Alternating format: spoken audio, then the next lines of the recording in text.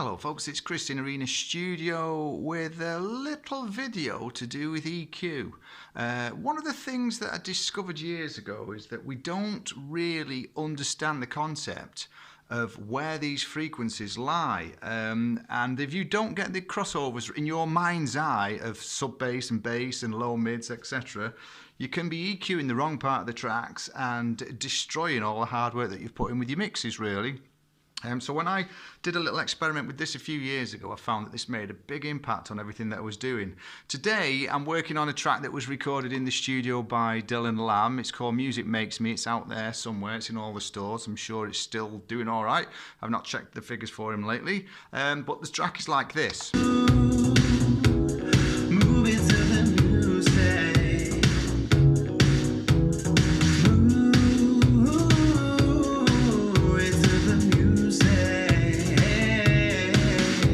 Now I know we're not connected into the Apollo interfaces in the studio. I'm trying to just do this quick, but I don't think it's that necessary. It's just so that you understand this concept of how to do what I'm going to do next, which is going to hopefully put clarity and help you with your overall mixing and mastering projects when you're working at home.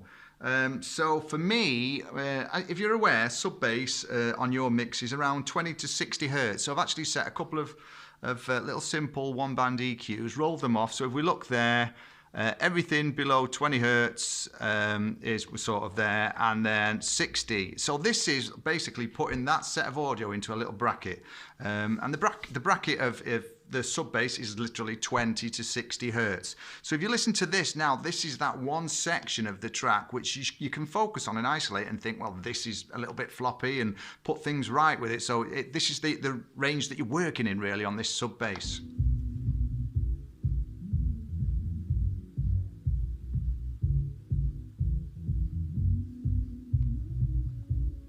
Okay, now I'm hoping that the camera's picked that up there for you, because next, straight away, we're going to go straight into the bass parts, really, which the frequencies for bass are 60 hertz. Oops, we didn't quite get that on, did we? Let me just do that again. 60, and then we're normally looking around about 250 for me is what I would class there as those frequencies for the bass. So when you actually listen to this now,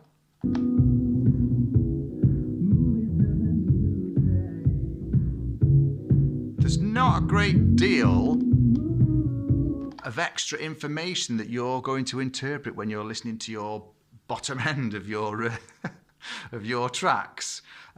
So this is where we spill over. You know, you really need to say, well, is this sub bass that I need to focus on, or is this bass that I need to focus on in the guitar, in the track, sorry. So again, separating the two elements like this is something that I work on when I'm sort of mixing and mastering a track. I'll bracket these certain areas of the song just to hear what is actually going on. So low mids is normally sort of 250. So let's pop this in now, and then you'll start to hear how the track starts to open up. So low mids for me, 250 to 500 hertz. So let's pop that one on, and then we'll just see how much clarity you get now.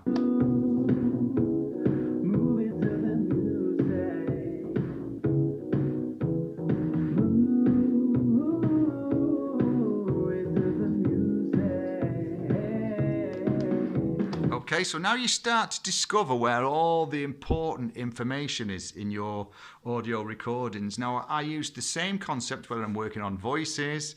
You know, I'll split parts of a voice down and listen to every element of it, because at the end of the day, you're trying to train those ears to pick up on these sort of frequencies when you're mixing without having to do something like this. So for me, this was a big learn when I actually focused on the certain elements of a track by doing it this way. So now we're going to listen to the mid-range, which is 500 hertz up to 2 kilohertz. Okay, and you should hear a big difference again now. There we go.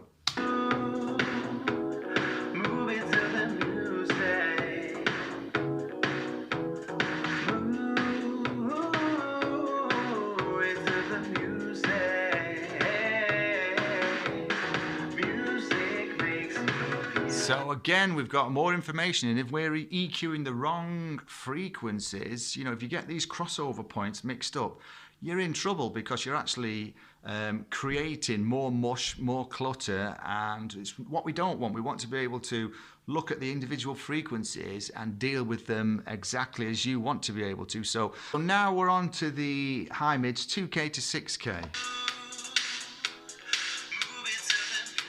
And again, there's a big close crossover point between the 500 hertz, the 2K, you know, the mid-range, and the high mids. So understanding those, again, you know, making sure that you can listen to a track and then interpret, I know what needs to be touched on this track with an EQ. I see this so many times where guys send me tracks to the studio, and they just basically struggle massively because they have tried to EQ the cells and done a very poor job, because they actually don't know the difference between the sub bass and the bass, and the mid-range and the high mids. And now we're going to look at the highs, which is going to be 6K. This is not playing fair for some reason, so let me just do it this roughly round about there-ish, and we'll just take that off so that we're just 6K and above now. You'll hear all the sizzle and all that high end in the track.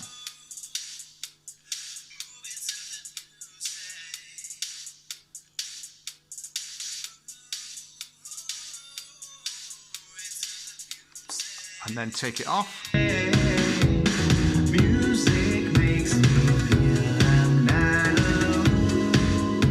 Back on. So now if you A/B this from the original audio and then go to certain frequencies and kick them in and out, you then start to notice these parts of the track. Your ears start to interpret that there's something above 6K that you need to work on, or you've got that information registering in your brain now.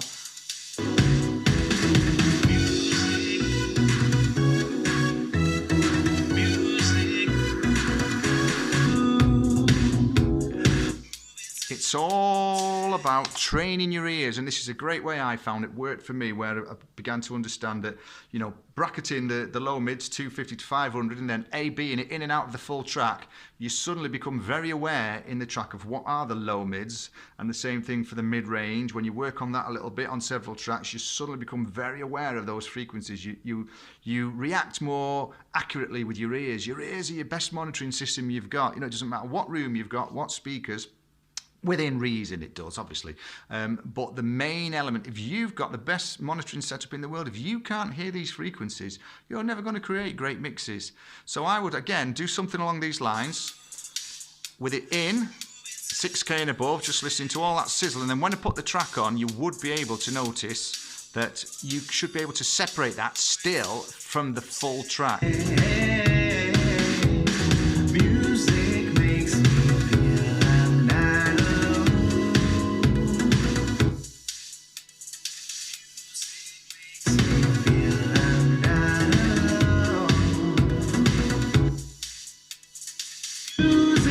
It works, it trains your ears, and that's what it's all about as an engineer or a mixer or a producer. You need to get that real attention to detail. You won't get that if you're just listening to an overall mix, because again, your brain is trying to interpret sub-bass, bass, low mids, mid-range, high mids and highs. You know, we tend to naturally gravitate towards the mid-range and sort of high mids when we're working on audio anyway. So if you get those sections of your mix right, you can then isolate your bass parts and your highs and just focus on those bits, and you should get something that sounds far better than you've ever probably produced up to now. But again, it's all about putting the hard work in, the graft, and training those ears to work and be able to bracket those frequencies when you're listening to the whole song, not just in the isolation parts like that. But the way to get to that, like I say, is to set up a couple of EQs, bracket the sections, and then A/B them in and out from the full track, and then you will start to make yourself very aware of those frequencies in the full mixes. Okay, so it's a little bit of a trial and error thing for you to have a little go at. I know the audio is not going to be fantastic like this, because I've literally just set the camera up on a tripod and I'm just getting it off the monitors. in the studio, which is not ideal. But if the truth be known, I'm too lazy to rig it up through the console and into the devices and do all that malarkey. But for the idea of the video is just to give you the concept yourself. You can try this on your own DAWs. Don't forget, we do have a video every Friday morning at 8:30 GMT time that goes on. And I also do a live stream where we talk about anything to do with guitar playing, singing, music production, music theory, and the business in general, which I've been in for 35 years. So I'm an old hand at all this. And that's every Wednesday evening, 5:30 GMT time. And stick with me, and we'll have a little great journey together as we go through this musical journey in our lives and create great tracks. So thanks for watching, and give us a thumbs up and a subscribe, and I'll see you next time. Thank you.